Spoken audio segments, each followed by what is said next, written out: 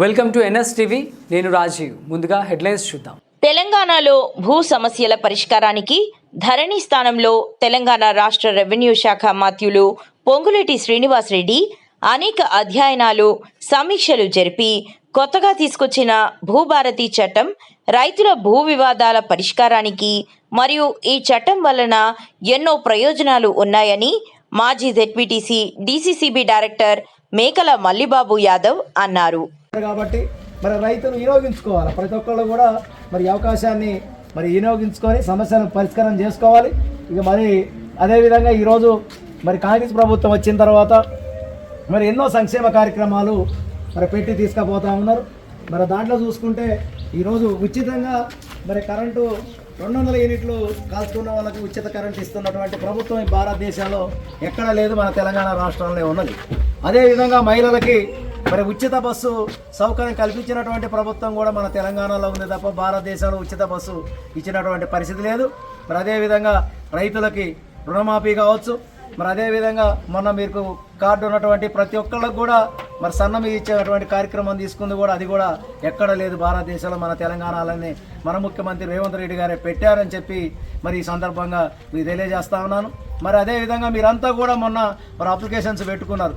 రాజీవ్ యువకాశం అని చాలామంది చదువుకొని నిరుద్యోగులు ఉద్యోగాలు లేక ఏ వ్యాపారం చేయలేక లేదా కూలి పనికి పోయలేక ఉన్నటువంటి వాళ్ళకు కూడా జీవనం కల్పించడం కోసం కూడా 50,000 నుంచి 4 లక్షల రూపాయలు కూడా అందరం అప్లికేషన్స్ పెట్టుకున్నారు.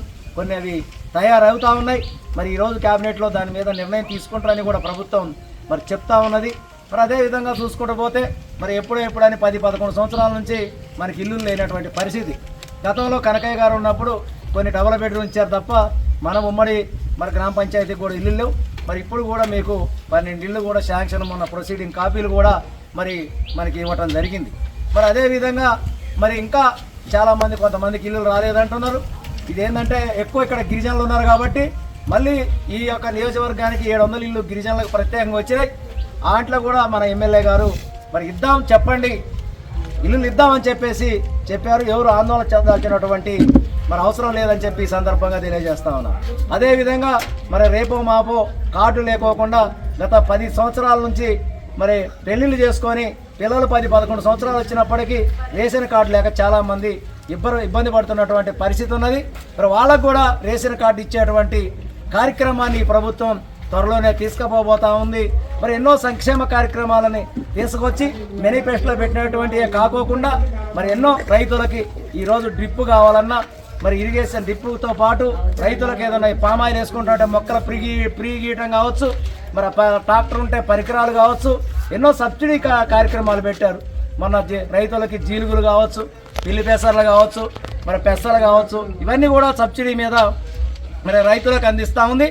ఇది రైతులకి పెద్దపేట వేస్తున్నటువంటి ప్రభుత్వం ఏమైనా ఉందంటే ఇది రేవంత్ రెడ్డి గారి ప్రభుత్వం అని చెప్పి ఈ సందర్భంగా మీకు తెలియజేసుకుంటూ ప్రధానంగా మన రైతులు కొట్టుకొని తలకాయల వల్ల కొట్టుకొని పోలీసు స్టేషన్లో కేసులు పెట్టుకొని కూడా ఇప్పుడు పరిష్కారం చేసేటువంటి పరిస్థితి ఉన్నది. కాబట్టి అందరూ మన డీటీ గారు వచ్చారు మనకి. ఆ డీటీ గారికి ఆర్ఐ గారు ఈ యొక్క సిబ్బందికి మనం అప్లికేషన్ ఇచ్చుకొని సమస్యలు పరిష్కరించుకోవాలని చెప్పి ఈ సందర్భంగా తెలియజేస్తూ ఉన్నాం. ఎందుకు అనంటే అధికారులే కాకుండా పోవాలని చెప్పి కనకయ్య గారు నిన్న మొన్న కూడా ఎమ్మెల్యే గారు మీరు కూడా పోవాలి, రైతులను మోటివేట్ చేయాలి, అందరిని అప్లికేషన్లు పెట్టియాలి. ఎవరు పెట్టుకోకపోయినా తర్వాత మళ్ళీ ఎంఆర్ ఆఫీస్ చుట్టూ ఎంఆర్ రావు గారికి డీటీ గారికి తిరగాల్సినటువంటి పరిస్థితి వస్తుంది. వాళ్ళు అందుబాటులో ఉండరు. కాబట్టి ఇప్పుడు గ్రామాలలోనే మీరు అప్లికేషన్ పెట్టించేటువంటి మీరు చేసినట్టయితే దానికి పరిష్కార మార్గం భూభారతిలో ఉన్నది. ఈ భూభారత్లో మీరు ఏదైతే మీకు ఇస్తారో, మీరు ఏదైతే మీ యొక్క రైతు సమస్య ఉన్నదో, భూ సమస్య ఉన్నదో, ఈ సమస్యన్ని కూడా మీకు ఇచ్చేటువంటి అప్లికేషన్స్లో మీ యొక్క భూభారతిలో మీ సమస్య పరిష్కారం అయ్యేటువంటి మార్గం ఉన్నది. కాబట్టి మీరు అంతా కూడా అప్లికేషన్ ఇవ్వడం కోసం రైతులను మోటివేట్ చేయాలి.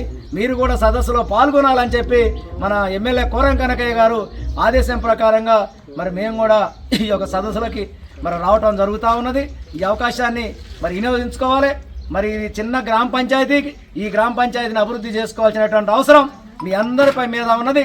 ఈ పార్టీలకు అతీతంగా, ఈ రాజకీయాలకు అతీతంగా రుక్కతండ గ్రామ పంచాయతీ ఒక చిన్న పిల్ల లెక్క అంటే మనకి ఇప్పుడు ఏర్పడి కూడా ఒక 5 సంవత్సరాలు అవుతా ఉంది. దీని అభివృద్ధి చేసుకోవాల్సినటువంటి అవసరం ఉన్నది.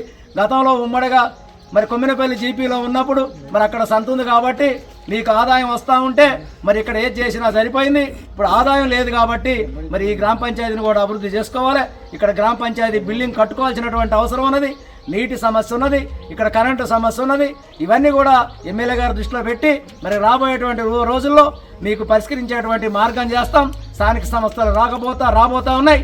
దాంట్లో కూడా మీరు ఆదరించాలి, అభిమానించాలి. మీ సమస్యల పరిష్కారం చేయడం కోసం ఈ ప్రభుత్వం మరి చిత్తశుద్ధితో పనిచేస్తూ ఉంది అని చెప్పి ఈ సందర్భంగా తెలియజేసుకుంటూ మరి నాకు అవకాశం ఇచ్చినటువంటి మరి అధికారులకు, మరి ఇదే విధంగా రైతులకు, మరి అదేవిధంగా మీడియా మిత్రులకు, పత్రికా విలేకరులకు అందరూ కూడా మరొకసారి ఉదయపూర్వక నమస్కారాలు. జై హింద్, జై తెలంగాణ.